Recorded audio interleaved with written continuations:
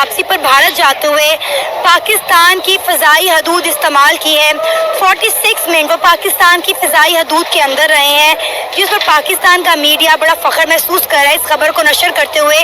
क्या कहना चाहेंगे? वैसे तो हमारा मीडिया इंडिया के बारे में बुरी बुरी खबरें और अजीबो किस्म की बातें करता है, लेकिन अभी वो बड़ा खुश हो रहे हैं।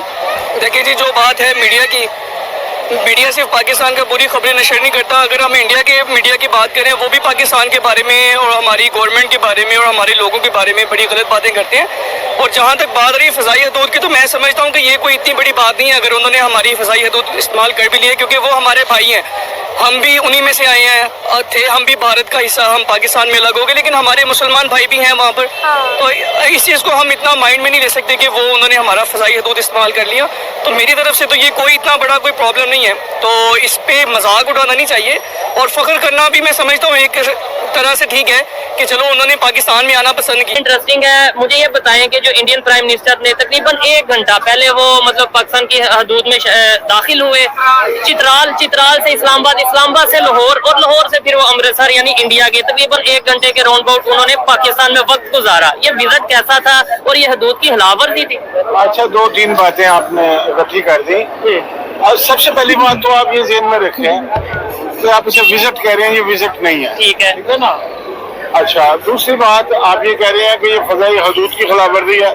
मैं इसे ऐसा भी नहीं समझता। ठीक है, ऐसा मुमकिन नहीं है। अच्छा, ऐसा पॉसिबल नहीं है। तीसरी बात ये है कि जो हमारा मेन स्ट्रीम मीडिया ना, ये सोशल मीडिया से भी क्या गुजरा हो गया, मर्जी से वो गुजर गए और यूक्रेन से आए तो उधर से बजाय उधर से जाने के पाकिस्तान के पूरा यानी कि वो उधर चित्राल से दाखिल हुए, इस्लामाबाद के ऊपर से होते हुए वो हिंदुस्तान कि प्राइम मिनिस्टर नरेंद्र मोदी का जो एयरप्लेन है पोलैंड के बाद पाकिस्तान में देखा गया और ये चित्राल से होता हुआ लाहौर और लाहौर से एंटर हो गया अमृतसर में। अगर इस ड्यूरेशन की बात करें तो ये टोटल टाइम बताया जाता है 46 मिनट्स के लिए प्राइम मिनिस्टर नरेंद्र मोदी का जो एयरप्लेन है उसने पाकिस्तानी एयर स्पेस को यूज किया। इसलिए है कि ऐसा मालूम होता है कि हो सकता है कि पाकिस्तान की करंट गवर्नमेंट और प्राइम मिनिस्टर नरेंद्र मोदी के बीच हो सकता है कोई खुफिया मुलाकात हो, क्योंकि ऐसा होता हमने नहीं देखा कि दो मुल्क जिनके आपस में ताल्लुकात अच्छे ना हो, बातचीत बंद हो, लेकिन एक खास प्लेन जो कि जिसमें भारतीय वजीर आजम सवार है वो 40 मिनट तक पाकिस्तान की फिजा में रहता है और उसके बाद जो है चित्राल लाहौर से होता हुआ एंटर हो जाता है अमृतसर में। ये हमारे भारत के प्रधानमंत्री मोदी जी ने एक बात कही थी कि टेरर और टॉक कभी नहीं हो सकता। जय हिंद दोस्तों, पीएम मोदी के 46 मिनट के दौरे से पाकिस्तानी मीडिया और पाकिस्तानी पब्लिक मोदी की जय जयकार कर रहे हैं। उनको लगता है भारत और मोदी जी पाकिस्तान की घटिया हरकतों को नज़रअंदाज कर पाकिस्तान से दोस्ती का हाथ मिलाना चाहते हैं।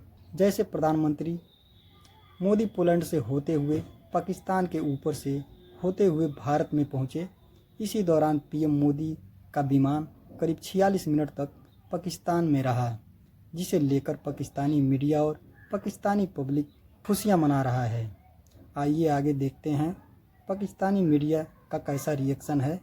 तो वीडियो को लाइक कर दें, शेयर कर दें और सब्सक्राइब करना ना भूलें।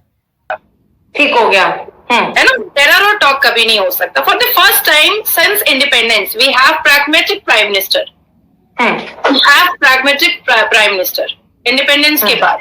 और इसकी सबसे बड़ी वजह है कि उन्होंने हमेशा पाकिस्तान को आंखों में आंखें डाल करके कहा है कि तुम टेररिज्म फैक्ट्री हो, तुम टेररिज्म को पालते और पोसते हो। हमको याद होगा कि G20 और एशियन समिट में भी हमारे भारत के प्राइम मिनिस्टर ने एक ही सुर में कहा था, और यही वाला आपका प्राइम मिनिस्टर वजीर आजम था कि भाई आप टेररिस्ट छोड़ो, टेररिज्म आप चलाते हो और ये आप पर स्टैंप है, आप इसको डिनाइल नहीं कर सकते हैं। अब बात आती है कि 46 मिनट, अब फिजाएं तो आपकी नहीं है, आसमान तो आपका नहीं है और प्लेन भी आपका हमारा है ना, हमारा था, प्लेन भी हमारा था, एयरक्राफ्ट भी हमारा था और उसमें प्रधानमंत्री भी हमारे थे।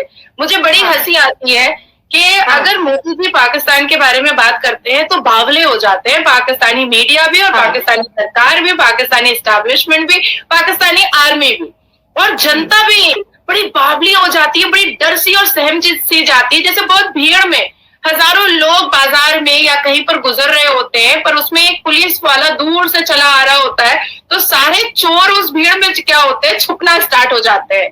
हालांकि उस भीड़ में लोग पुलिस को बहुत नॉर्मल लेते हैं, लेकिन चोर नॉर्मल नहीं लेते हैं। तो जैसे ही भारत के प्रधानमंत्री मोदी जी की बात आती है, वैसे ही परेशान हो जाता है पाकिस्तान की आखिर ये बंदा 47 मिनट कर क्या रहा था।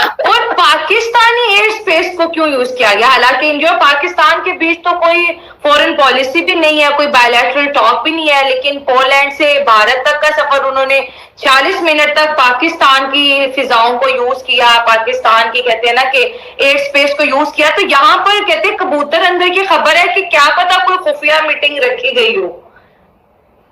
नहीं, देखो, पहले भी इस बात को याद रखना चाहिए कि उसामा बिन लादेन ने भी जब डिस्कवर किया था एबोटाबाद से, जी बिल्कुल, एबोटाबाद से, आप उर्दू में कह रही हैं, मैं अंग्रेजी में बोल रही हूँ। एबोटाबाद से जब उसामा बिन लादेन को 26/11 वाले को जब रिकवर किया था, और उस पर क्योंकि उस वक्त जो सरकार थी वो कांग्रेस की थी, और यही बहुत बेसिक रीजन है कि जब भी हमारे यहाँ लोकसभा इलेक्शन होता है शैला, तो आपके पाकिस्तान के बहुत सारे नेता मंत्री जो होते हैं वो कांग्रेस के समर्थन में वहां से नारेबाजी लगाते हैं। और इस बार तो क्योंकि मैं बहुत एक्टिव थी पाकिस्तानी चैनल्स पर, तो मुझे भी, मेरे सामने भी कई पाकिस्तानी नेता और मंत्रियों ने राहुल गांधी जी के समर्थन में आवाज लगाई है। और मैंने बोला भी कि भाई ये तो हमें नहीं पता था, युवाओं को नहीं पता था कि पाकिस्तान से भी समर्थन कांग्रेस को और राहुल गांधी को आता है। तो होता क्या है ना कि जिस तरीके से G20 के इतनी बड़ी वर्ल्ड फेमस समिट में, उसके बाद फिर एशियन समिट में, जिस हिसाब से मोदी जी पाकिस्तान को डायरेक्ट कह देते हैं कि भाई टेरर और टॉक एक साथ नहीं हो सकता है, कभी भी कांग्रेस की सरकार नहीं बोला करती थी। और इतने बड़ा एबोटाबाद वाला इंसिडेंट पर भी कांग्रेस की सरकार चुप्पी साधी हुई थी, लेकिन मोदी जी कभी ये चीज नहीं करते हैं। अब बात आती है कि अगर 46 मिनट फ्लाइट था तो आपकी सरकार आपको इस बारे में बता क्यों नहीं रही है? क्योंकि हमारी सरकार तो हमारे सामने बहुत क्रिस्टल क्लियर होती है, हमारी सरकार तो हमसे हिडन कुछ भी नहीं रखती है। आज मैं आपको अगर G20 और एशियन समिट के बारे में बता रही हूँ तो आई हैव दैट नॉलेज ना, कि उन्होंने कहा है आंखों में आंखें डाल करके और उंगलियां खड़े करके कि भाई टेरर और टॉक हम एक साथ नहीं करेंगे। तो मुझे ऐसा लगता है कि आपकी सरकार को, आपकी आर्मी को, आपके एस्टैब्लिशमेंट को इस बारे में बताना चाहिए कि आखिर 46 मिनट भारत के प्रधानमंत्री मोदी जी की फ्लाइट कर क्या रही थी वहां पर, और आप डरे हुए क्यों हो?